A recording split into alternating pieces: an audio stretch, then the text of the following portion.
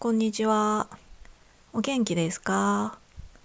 今日は12月の25日水曜日、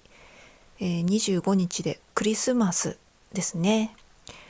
ずっと家にいるのでクリスマスっぽい街並みとかそういうのとか全然見てないし、私テレビも一切見ないので、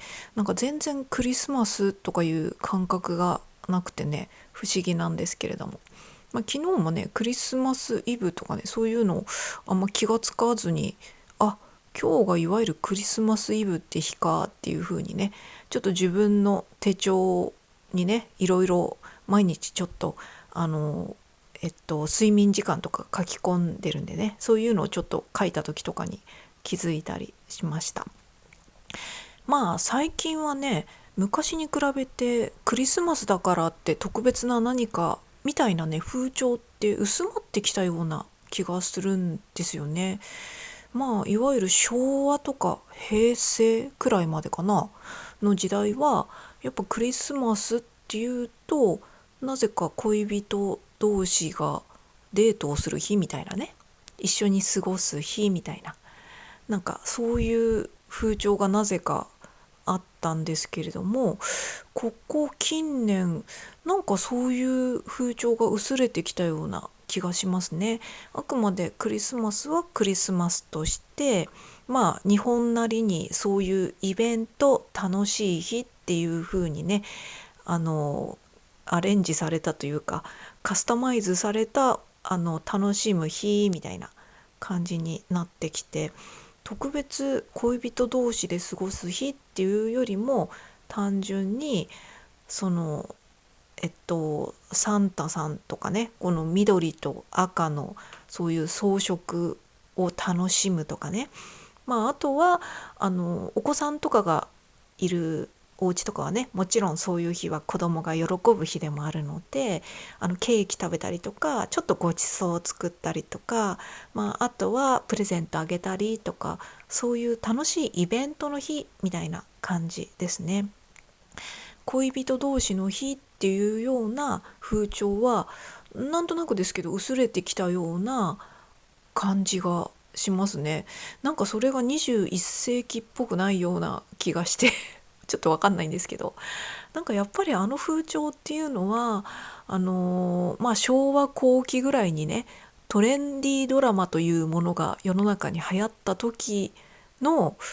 あれなのかなっていうふうに、ちょっとわかんないですけど、個人的にはそんなような気がしたりとかしなかったりとか。景気もいい時期だったと思うので、バブル崩壊前のね、そういう時はね、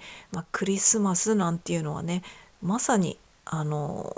湯水のようにお金を使うのにもちょうどいいし、なんて言うんですかね、やっぱりクリスマス商戦って言われるくらいですからね、もちろん今でもあれですけれども、その時に今以上にものすごいお金があの消費されたんでしょうねっていうような気はします。うん。私はね結構もともとあんまりクリスマスっていう部分に何も感情が動かされないタイプだったので、いいのか悪いのかですけれども、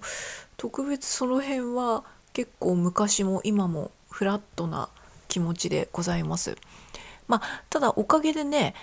クリスマスにこうやって独り身で行って、クリスマスどころか一年中一人なんですけれども、いわゆるもう古い言い方ですけどクリぼっちっていうのがね、やたらとみんながクリぼっちクリぼっちっていう風に自分はぼっちだぞっていうのをね、なぜかネガティブ自慢みたいなのをしてる風潮の時とかでもね、あんまり心に響かないというか、だから寂しい気持ちにはならないっていう部分では精神的な負担が少なくて、そういう性質に生まれてよかったなとは思ってたかもしれません。もしねクリスマスとかね、そういう時にね、バレンタインとかもそうかもしれないですけども、自分は恋人がいないというだけでねすごいぼっちなんだみたいなね、気持ちになって毎回悲しい思いとか寂しい思いとかしてたら結構こうきつかったろうなっていうふうに思いますね。だからうん、まあ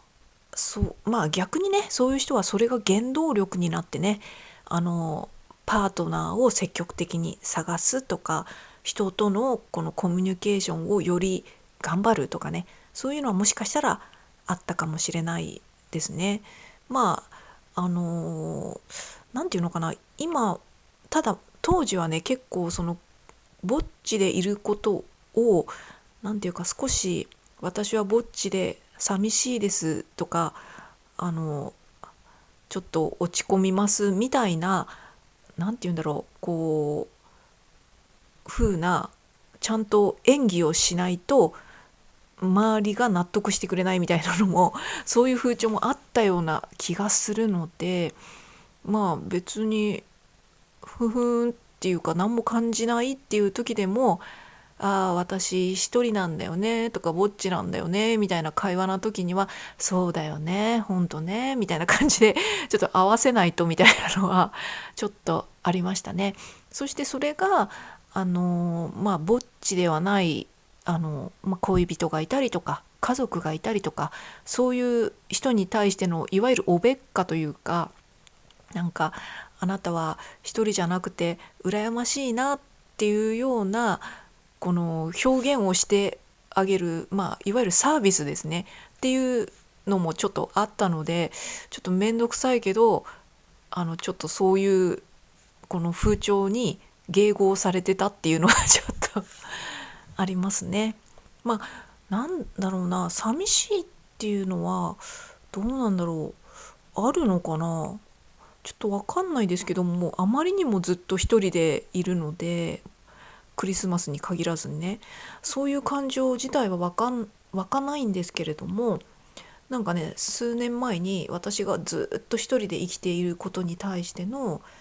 この寂しいという感情が湧かないけれども、それはあのただの強がりなのかとか、周りに対しての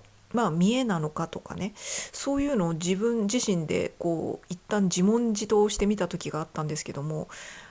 その出てきた答えは寂しいっていう感情は確かにないんですよ。でやっぱり寂しさっていうのはもともと誰かとずっと一緒にいたとか、そういうことが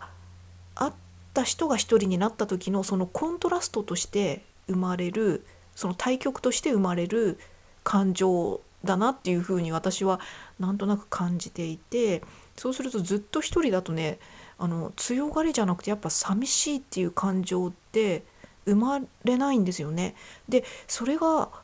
健康なのか不健康なのかっていうことに対してはわからないので、もしかしたらちょっと寂しさを感じた方が健全なんじゃないかっていうふうに思ったりしたんですよね。でもこう寂しくはないけど、なんとなくこうちょっとだけネガティブな感情をこよく自分の中を内観して拾っていこうって思った時に、寂しいじゃなくてぴったりな感情としてはつまらないっていう感情の方がどっちかっていうとぴったりだなっていうふうに思ったんですよね。だからクリスマスに限らずなんですけれども、ずっと一人で永遠に何年も生きている、さらに引きこもってて、この日常でレベルでね、あんまり人と会わずに本当にずっと一人でいるっていうことに対して寂しいというよりもネガティブな感情を探ってみたら、寂しくはないけどつまらないなっていう感情はどこかしらにそよ風のように吹いている部分はあるなっていうふうに思いましたね。やっぱりね私も人生あと50年ぐらい生きる可能性も十分ありますのでね、なのでこの先50年をずっとぼっちでね、年間通してぼっちで、年間通してぼっちでっていうことは何十年もこの先50年間ずっとぼっちで過ごすっていうこともあるので、それはね寂しくて辛いっていうような、このなんて言うんだろう、辛い感情よりも、なんかちょっとこうヒューッと風が吹くような、ちょっとつまらないなというか、もうちょっとこう立体的な喜びの感情を味わえる何かがあるんじゃないかみたいなね、どうせ生きるならね、そういう部分をスルーして、こうただただ義務としてこの寿命を全うするみたいな感じになっちゃうんじゃないかなと思って、それはちょっともったいないし、私自身もね、どうせ生きてるのなら、もうちょっとこの強い快の感情ね、心よいの快の感情とかをね、感じたいっていう欲望というか願望はあるので、そういう意味ではね、ずっと一人ではなくて、誰かと一緒にこの過ごせるような、そういう人ができたらいいなっていうふうには思ったりはしますね。ただこれは1年365日のうちに多分364日ぐらいはそういうことは思ってなくて、っていうのも、結構今現在目の前の自分が毎日毎日生きてること、自分のことをどうにかすることに結構いっぱいいっぱいで、寂しいなとか、誰かパートナーが欲しいなとか、そういうのを思う隙がないし隙間もないっていうそんな感じがします。特にね、今私は結構引きこもりで、4年弱前くらいにね、こう人生お休みして引きこもって、こうずっと寝てた生活から徐々にね、少しずつ動き出して、今はね、こう収入を少しずつ得ようっていうターンに入ってきたとこなので、とりあえずは目先の目標として、毎日じゃない、毎月出費されていく生活費と同額かそれ以上の収入を得るっていうところまで、どうにか自分がこう立ち戻ってこないと、元の位置に戻ってこれてないと、なんかこうパートナーがとか、そんなことを言ってるこう隙間がないというか、そんなとこに目を向けてる余裕はないっていう感じですね。だからいわゆる人並みに戻るまでは、そういうことが考えられないんですね。もちろんね、そういう人並みに戻る前に、この普通にいろいろ生活を営む中でね、すごく気の合う人とかね、これはこの男女関係のパートナーじゃなく、同性の友人とかでもいいんですけれども、そういう感じで、すごくこう誰かと一緒に過ごす時間が増えたりとかね、そういうふうに他人との関わりを楽しめるような状態になってきたら、それと並行して同時にね、自分も人並みっていうところに戻っていけたら、それはもちろんいいことなので、特にこの人並みにね、生活費と同額くらいまで収入が得られる人並みに戻るまでは、パートナーとかそういうことを言ってる場合じゃないとか、そういうふうに自分を律してるわけじゃなくて、単純にメンタル的にその心に余裕がないというか、隙間がないというか、そこに目を向ける気にすらなれないというか、そういう状態であるっていう感じですね。だからそうですね、最近ここ1週間くらい結構メンタル的に落ちてるんですけども、こう疲れが溜まりきっちゃってっていうのと同時に、メンタルもちょっと落ちてっていうのと、いろいろ自分が頑張ろうとしてるタスクがどうもうまくいかないくて、やっぱりこうメンタルを戻さないといい動きってやっぱできないので、一旦休もうとは思ってるんですけども、こうなんていうのかな、こう休んでいるのが怠惰になるような気がして、中途半端にしか休めなくてみたいな、ちょっと負のスパイラルに陥ってるみたいなね。結局それって効率が悪いから、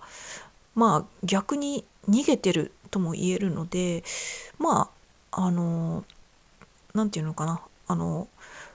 効率が悪く全く生産性がないことをがむしゃらに走り続けてても、それってただの逃げだと思うんですけれども、そういうことするぐらいだったら、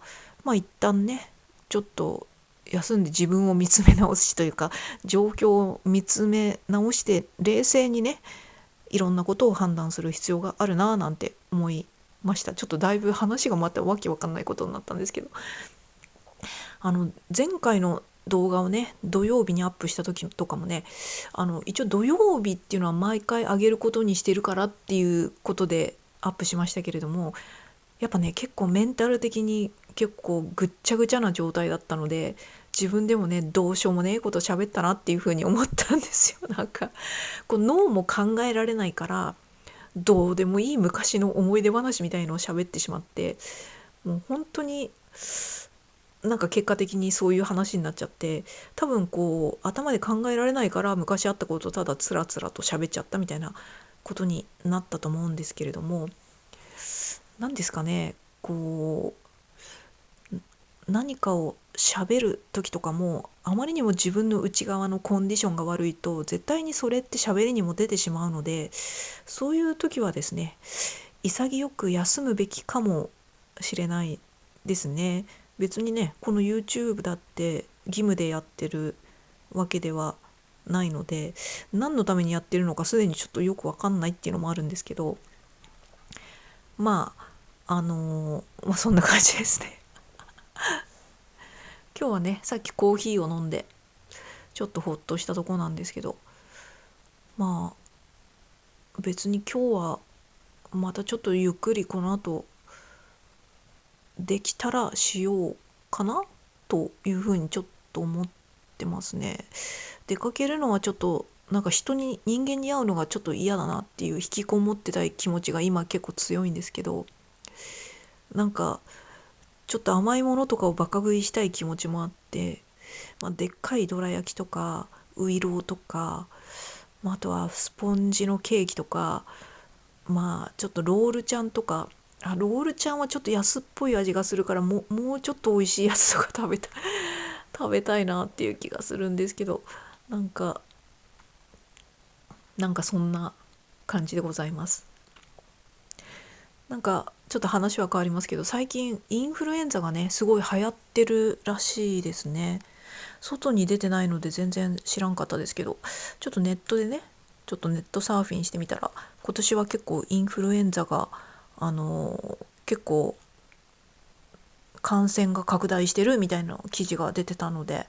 そうなんだと思ってね、今年はコロナって言われるよりもインフルエンザっていう風に言われるんだなみたいな、コロナもね相変わらず蔓延はしてるんでしょうけどね。インフルエンザでこの記事を見てたら、外出して帰宅したらね最初にお風呂に入るのがいいとか書いてあって、へーとか思いましたね。もちろんねうがい手洗いとかで菌を落とすっていうのはね、物理的にちゃんと落とすっていうのはもちろん大事だと思うんですけど、さらにお風呂って思ったんですけどね、その理由を見たら、単純にねうがい手洗いと同じように外から持ってきた菌を落とすっていうのと同時に、毛穴とかに入ってる菌も落とすっていう風に書いてあって、毛穴にも菌って入るんだと思ってね、へーって思ったっていう感じですね。もちろんそれで綺麗になって体も休めて、湿度もねあるところなんでね、そういうところでコンディションを整えてっていうのはね、確かに理にかなってるんだろうなと思いました。あともう一つね、歯磨きをきちんとして歯周病菌を増やさないっていう風にね書いてあったのね、なんかへーって思いましたね。それもインフルエンザのあれなんだと思って、単純にね歯磨きとかをすることによって物理的にね口の中のインフルエンザ菌をねこう磨いて外に出すっていうので、それはなんとなくそうなんだと思ってたけど、なんで歯周病菌みたいな思ったら、それもね歯周病菌があると免疫力が結局は下がるのでっていうことで、なるほどねっていうふうに思って、とにかく歯磨きはこまめにした方がいいみたいですね。うん。あとはこれはこの記事には載ってなかったですけど、もうだいぶ昔に何かの記事でインフルエンザとかの予防としてね、朝起きたら寝起きでちゃんと歯磨きをするのがすごい有効だみたいのは見たことがありますね。だから歯磨き、その朝起きた時に結構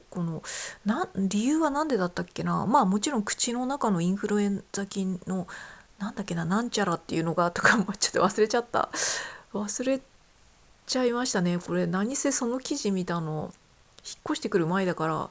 5、6年は前だったと思うので、だからね、どっちにしろ起きがけに歯磨きとかはしてますけれども、インフルエンザ予防っていう観点からも、起きたらご飯とか食べる前にとりあえずはまず1回起きがけの歯磨きっていうのもね習慣にすると、インフルエンザとか風邪予防の一環につながるんじゃないかなっていうふうに思いますね。あとね、個人的におすすめなのはね、舌用のベロですね、舌用のお掃除歯ブラシっていうか、私がずっと愛用してるのはゴム製なんですけれども、舌用のお掃除ブラシっていうのも口を清潔に保つのにはいいと思うので、歯ブラシとかでねやっちゃうとちょっとやっぱり舌をね傷つけちゃったりとかするので、この下のブツブツの味来とかもね傷つけちゃったりとかすると味覚的なあれにも問題なのでね、あんまり優しく掃除できるように、個人的にはねゴムタイプのがおすすめなんですけれども、この舌を磨くっていう習慣もねつけるといいと思います。あんまりガシガシやっちゃうとね、その味来がちょっと傷ついたりとかそういうのが潰れてっちゃったりとかするので、そういうのは優しくベロをお掃除するといいかなっていうふうに思います。味来が潰れちゃうとね、せっかくの味覚美味しいっていうセンサーもね少し弱まっちゃうっていうふうに考えたらね、いわゆる QOL が下がりますよね。どうせ同じもの食べるんだったら美味しく食べたいし、この舌が美味しいって感じてくれるそこのセンサー部分を潰しちゃったらもったいないですよね。そうそう。だからね、あんま辛いものとかもね、バクバク食べ過ぎるのとかもね、控えた方がいいですよね。もちろん辛いの私も大好きなんですけども、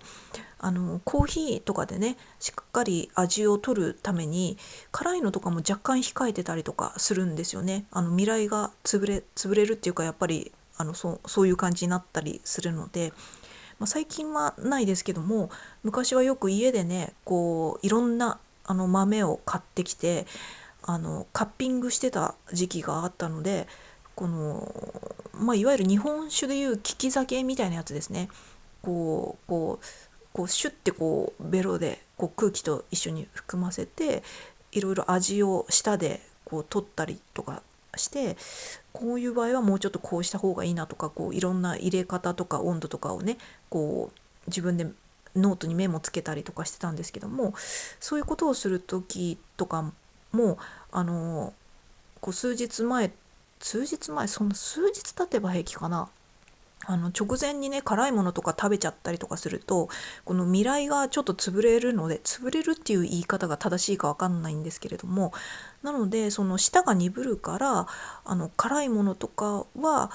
取りすぎないようには気をつけてましたね。特にカッピングしたい時は数日前から辛いものは食べないようにとかは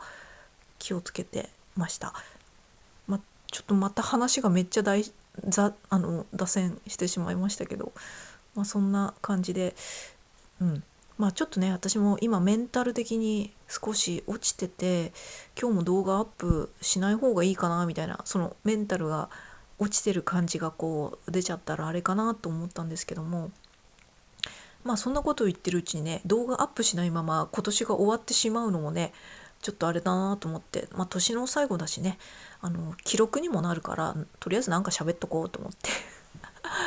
今日はアップしときました。今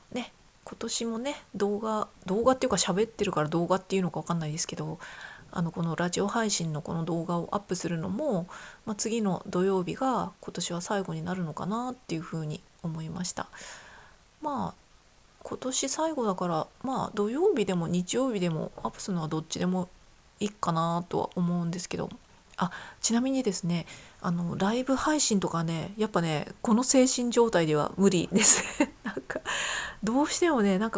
ガティブな雰囲気がちょっと出ちゃうような気がするんですよね、今ライブとかやったら。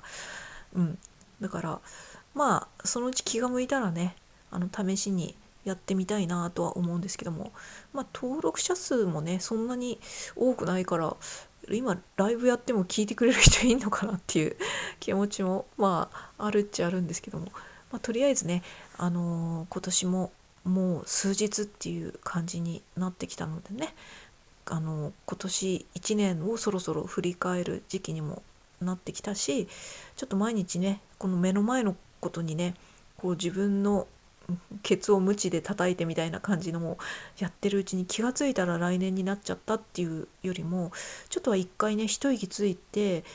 ょっと冷静に今の自分とかね、今年1年のこととかね、そういうのを振り返ってみた方が結果的にはいろいろ効率がいいような気がするので、その後の歩み方とかね、考え方とかのなんかのヒントが出てくるかもしれないので、そんな感じで風邪も流行ってますので、体調を崩さずに、今日はクリスマスっていうこともあって甘いもの食べても許されるような気もするんで、いや別にいつも許してるんですけど、甘くて美味しいものでもこの後買いに行ってみようかななんて思ったりしてる今日この頃の25日でございました。それではまた。